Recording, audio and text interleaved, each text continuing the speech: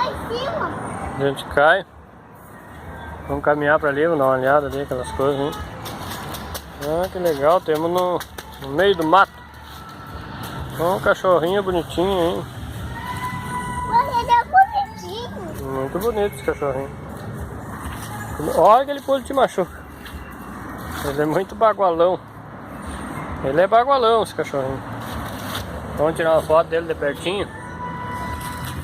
Pergunta pra ele, como é que é o teu nome, meu? Como é o teu nome? Você é um negãozinho. Você é petusco.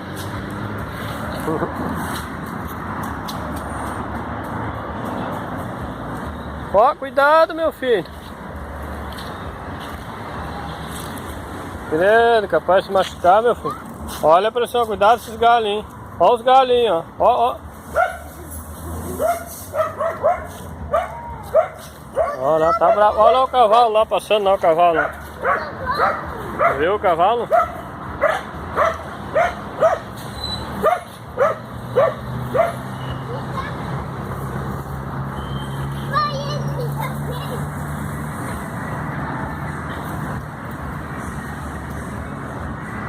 Não, esse é vidro, corta, Deus o livre. Ai! Te bateu aí, meu filho? Cuidado, meu filho. Deus, se tu te bate nessa lata e te corta, rapaz.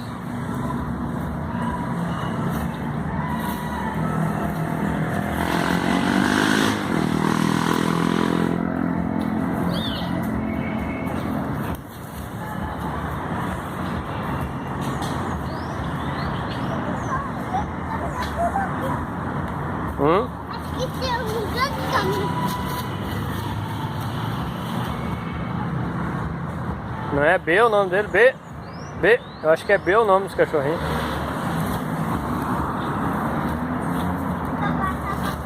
Dá que ele vem pra cá, ele te machuca na corrente.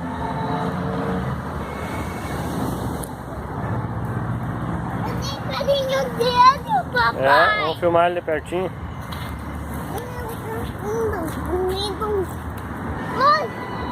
Ele é muito bonito. Ó, cuidado que ele pega corrente. Ai. Ó, não, sai daí que ele pega corrente. Sai daí que ele pega corrente. Vem pra cá, sai daí. Corrente pega em tiro e te machuca. É. Eu dou uma escada.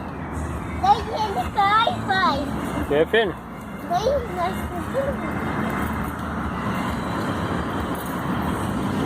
O nome dele é B. B. É B. B. B. B. Eu vou tirar uma foto do seu.